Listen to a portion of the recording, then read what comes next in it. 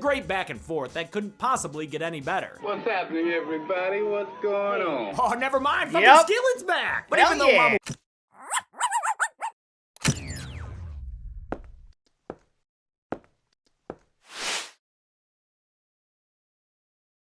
Hey guys, my name's Dan, and today's reaction comes from Dead Meat. This is Blacula 1972 kill count. Now, I am excited to jump into this, not as excited as I was for the original Dracula due to the historical significance of it, but this definitely was a fun rewatch, and I'm sure learning about it will be just as fun. But before we get into it, if you enjoy other Dead Meat videos, I reacted to many of them, and if you want to see future reactions that I do, you can go right below this video, click that like button, the subscribe button, and the notification bell, because not only does it let you see past, present, and future reactions that I do, but also helps my channel out a ton. They can go on over and support Dead Meat if you haven't already. I'll leave a link to this channel down in the description. And without any further ado, let's go. Welcome to the Kill Count, where we tally up the victims in all our favorite horror movies. I'm James A. Janice, and today we're looking at Blacula, released in 1972. Blacula, as you probably guessed, is a black take on Dracula. Directed by William Crane, starring William Marshall in the titular role, Blacula is the first ever horror blaxploitation film. Blaxploitation is a genre that proliferated in the 70s, fueled by the success of Shaft and Sweet Sweetback's badass song. These films featured casts of mostly black actors and were targeted towards black audiences, who were happy to finally see themselves as strong leading protagonists. The movies often featured over-the-top violence, nudity, and drug use, which is where the exploitation part of blaxploitation comes from. But they also often dealt with black empowerment, and their success, which included white audiences, showed how race relations were changing in America. The term blaxploitation was coined by an NAACP president who said the genre perpetuated black stereotypes. Perhaps that's true, but it also gave black artists some control. For instance, with Blacula, where director Crane and star Marshall took creative control from the studio that hired them, American International Pictures. Crane said they changed it from a quote, shuckin' and jivin' movie into something more serious. Marshall drove a lot of that, making sure he came across as dignified and changing his character's name from Andrew Brown to Mamuwalde. He wasn't going to be Count Brown Clown. That's all there was to it, and I was for him 100%. Blacula was made at a time when horror was in a transition from the classic monsters who had been around for decades to more realistic and modern fears, like Last House on the Left and De Palma's Sisters. It's a really fun time capsule of the 70s, shot on location in Watts and elsewhere in Los Angeles. I love it when a movie shows a snapshot of a city in time. It's a fun police procedural take on the classic vampire tale, with a lot of funny moments and fantastic performances from all the leads. Though you can often feel its low budget, and some scenes spin their wheels in the second half, Blacula is an essential historical film that's so much more than its campy title. When Blacula came out, Dracula would have been as old as Raiders of the Lost Ark is to us now. Wow. Feel old yet? Great, let's get to the kills. Yep, definitely do now. The movie begins in 1780 at the Transylvanian home of the Drac Man himself. He's hosting Prince Mamuwalde from the Abani tribe in Africa, or as Dracula calls it, The dark continent. Mamuwalde and his wife Luva are here to try to stop the slave trade. Dracula's not on board. Slavery has merit, I believe. Merit? You find merit in barbarity? Musketeer motherfucker really defends slavery while hitting on Mamuwalde's wife in front of him. I would willingly pay for so beautiful an addition to my household as your delicious wife. Sir, are you ill? God, this guy rules. The slave trade conversation was something Williams, Crane, and Marshall had to fight to include in the movie. Was there much resistance at that time to do this? Absolutely. What did they say to you? What kinds of things were said to you? Oh, I don't think that will work. We don't want to deal with the subject of slavery.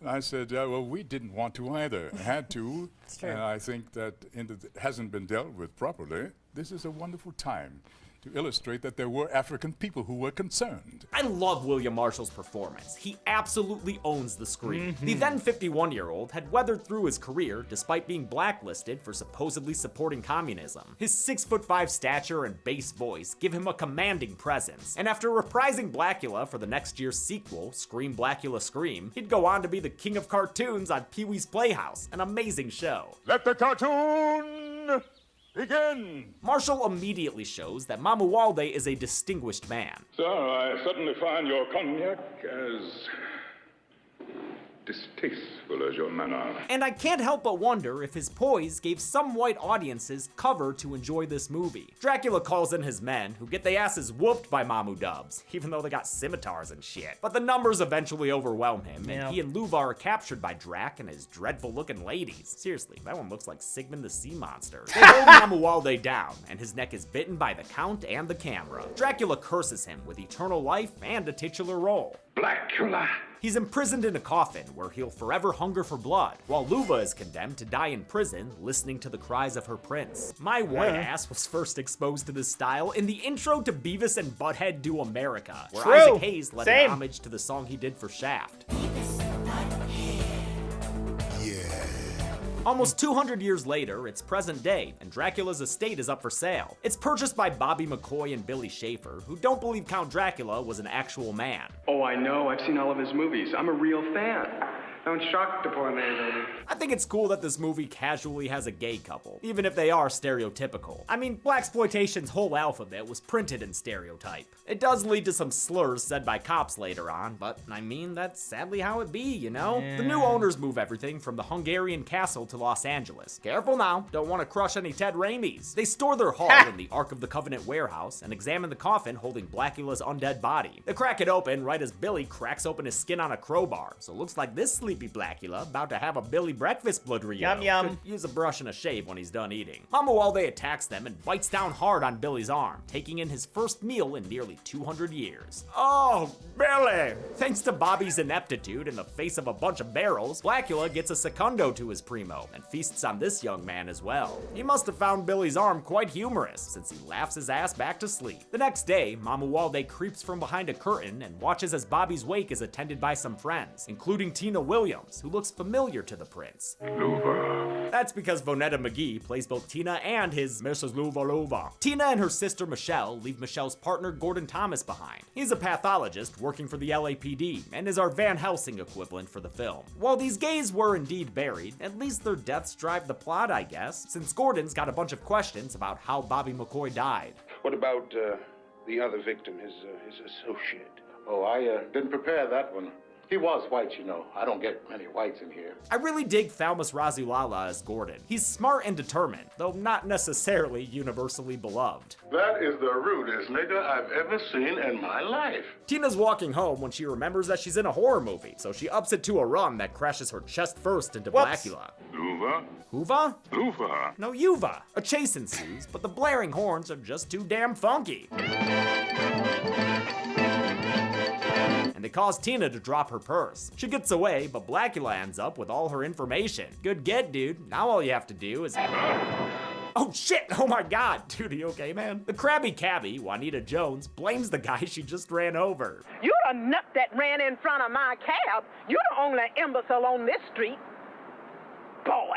Blacula hates victim blaming, so he turns off his charm and vamps out on Juanita, grabbing her face for a passionate kiss. Or kill. Just a kill. His hunger satiated for now, he goes back to the warehouse to rub on the purse in peace before climbing into his coffin for some Batty Betty bye. The next day, Gordon heads to the city morgue to inspect Juanita's body. The morgue attendant, Sam, blames Juanita for being a woman cab driver. Ask me, she's looking for something. Sam, whom Gordon rightfully dismisses, is played by prolific character actor Elisha Cook Jr. His career included a number of horror movies, including William Castle's House on Haunted Hill. Gordon checks Juanita's body and finds on her neck 2 punctures, just like he had seen on Bobby McCoy. What do you think of that, Gordo?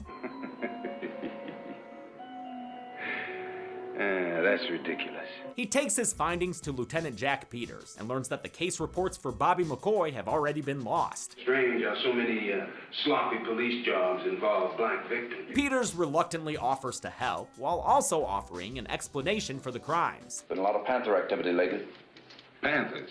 Come on, Jack, don't cop out. This Black Panther conversation ain't about T'Challa. It is, of course, referring to the Black Power organization. Movies talking about social and political issues is not a new thing. It's always happened. It's part of art, okay? It's Michelle's birthday, so they go to a club where the Hughes Corporation performs. They're great, even if the singers all have different interpretations of the dance moves. Song still rips, though, so hard it causes jump cuts. So to myself, I say, look the other way when it comes by you. Blacula was the big break for the Hughes Corporation, who would go on to have a #1 song with Rock the Boat. Oh, that's the same group. Okay, that's awesome. Mama Walde walks into the club wearing a cape like it's not weird. You'd think part of this movie would be a fish out of water type thing, but never once does Blacula question the modern world in which he's awakened. He summons Tina over to return her purse with dialogue we don't get to hear. Really wish we did, but instead we only hear the Hughes Corporation, which, you know, I guess I get. Still would have loved to know what he says to get her to trust him right away. Come join my friends.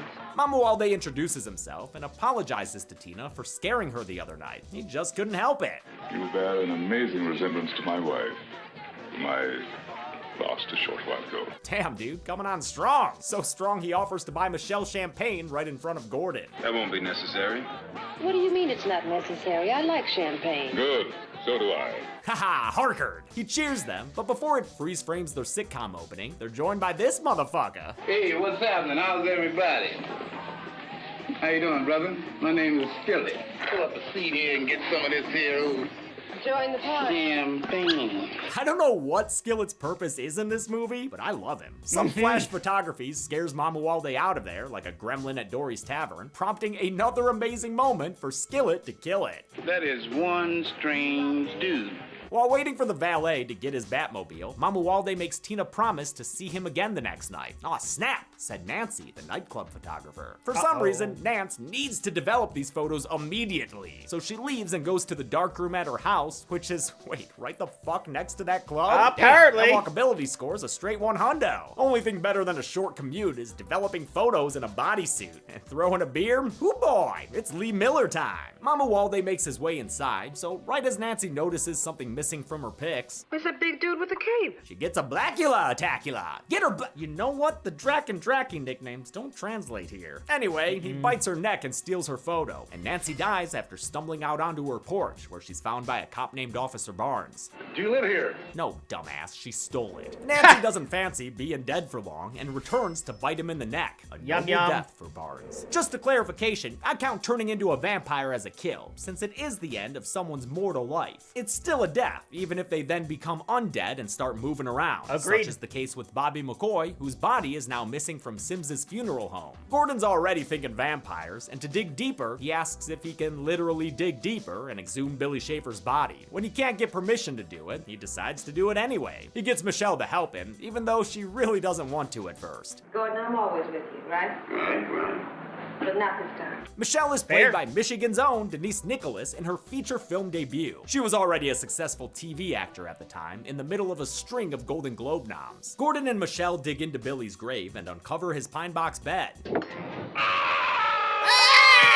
Looks like someone got up on the wrong side of the bed. Gordon acts fast and re-kills Billy by immediately pounding a stake through his chest. Michelle is understandably freaked out by this. But don't worry, baby. Gordon didn't just violently murder a man. That was a vampire. Trust him. He's been reading all about him in this book. They realize the other murder victims will vampify too, like Bobby McCoy, whose body is missing, and Juanita Jones, whose body is still at the morgue. While Gordon is dropping off Michelle on Freshwater Road and picking up Lieutenant Peters, Juanita thaws out and attacks Sam the morgue guy in an iconic and terrifying shot.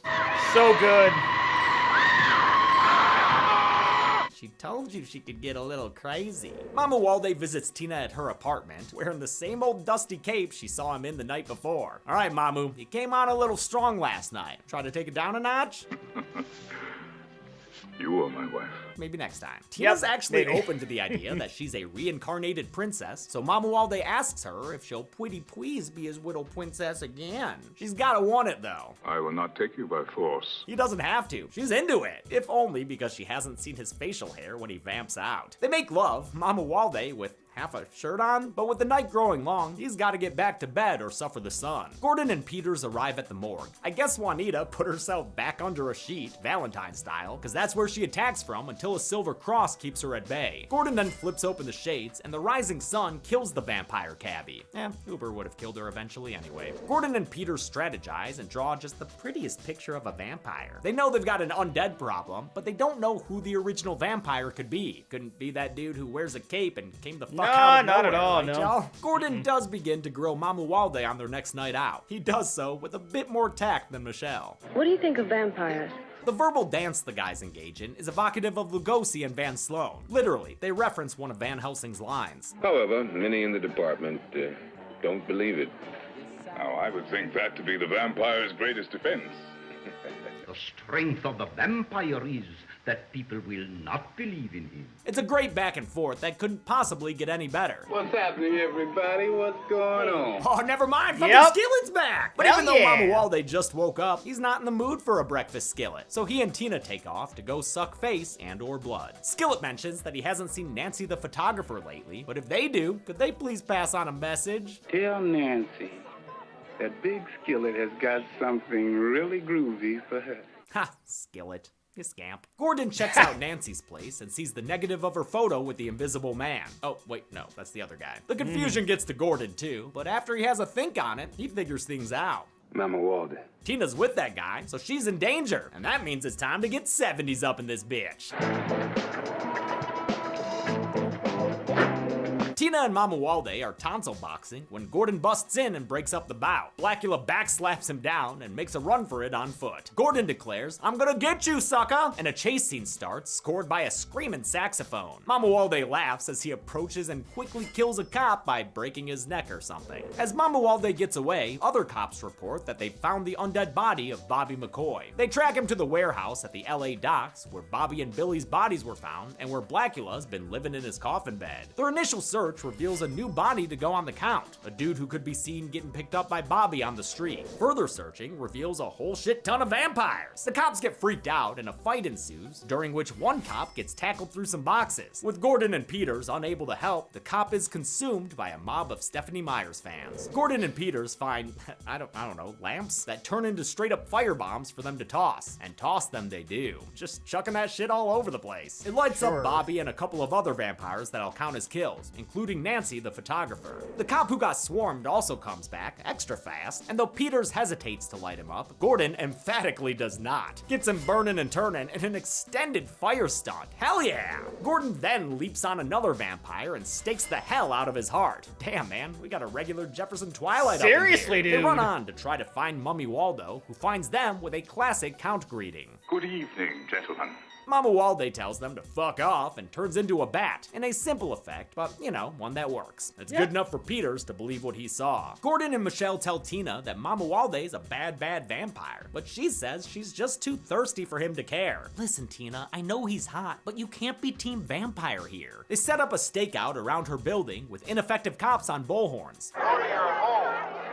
Please go to your home. Are you too good for your homes? Mama Walde finishes his Batman-esque night patrol by turning into a bat and calling to Tina, who was busy in the bedroom feeling herself up. Wow, Tina's just like her namesake Mina. In other words, totally dignitized. Eventually, cops see her and report her location, an underground chemical plant. Okay, weird setting for the end of a vampire movie, but we'll take it. She gets downstairs and Mama Walde steps out from the shadows to greet her. And you know how them vampires greet people, with a cape hug and a kiss.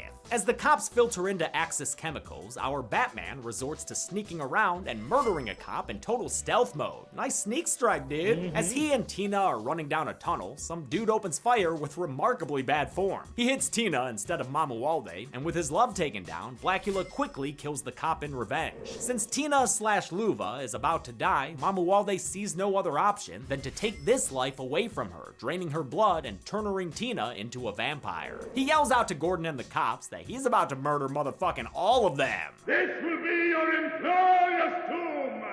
Your tomb! Your tomb! Your tomb! Your tomb! Your tomb! Another dimension. These dudes look scared, and rightfully so. Let the carnage begin! Blacula kills one guy by jump cutting him onto a circuit board. Alright. He then absorbs some bullets being shot into his torso before throwing this T-1000 off a walkway. And there's no molten steel pit to catch him. Blacula throws this one dude at two other cops, bowling them down the stairs, and fucking chucks a couple of barrels at this other dude below him. I don't think any of those are kills, though. They're just funny. Gordon and Peters find the coffin and prepare to do what they've got to do. Gordon will open, Peters will stab. 1, 2...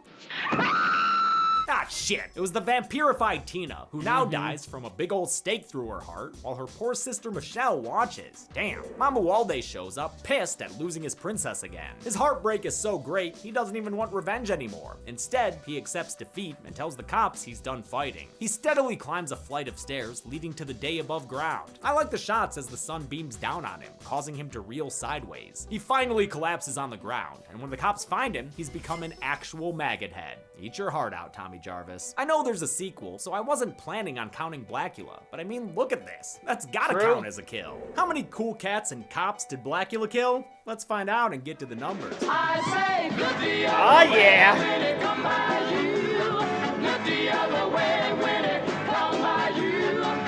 Oh man, it's so good, I love it.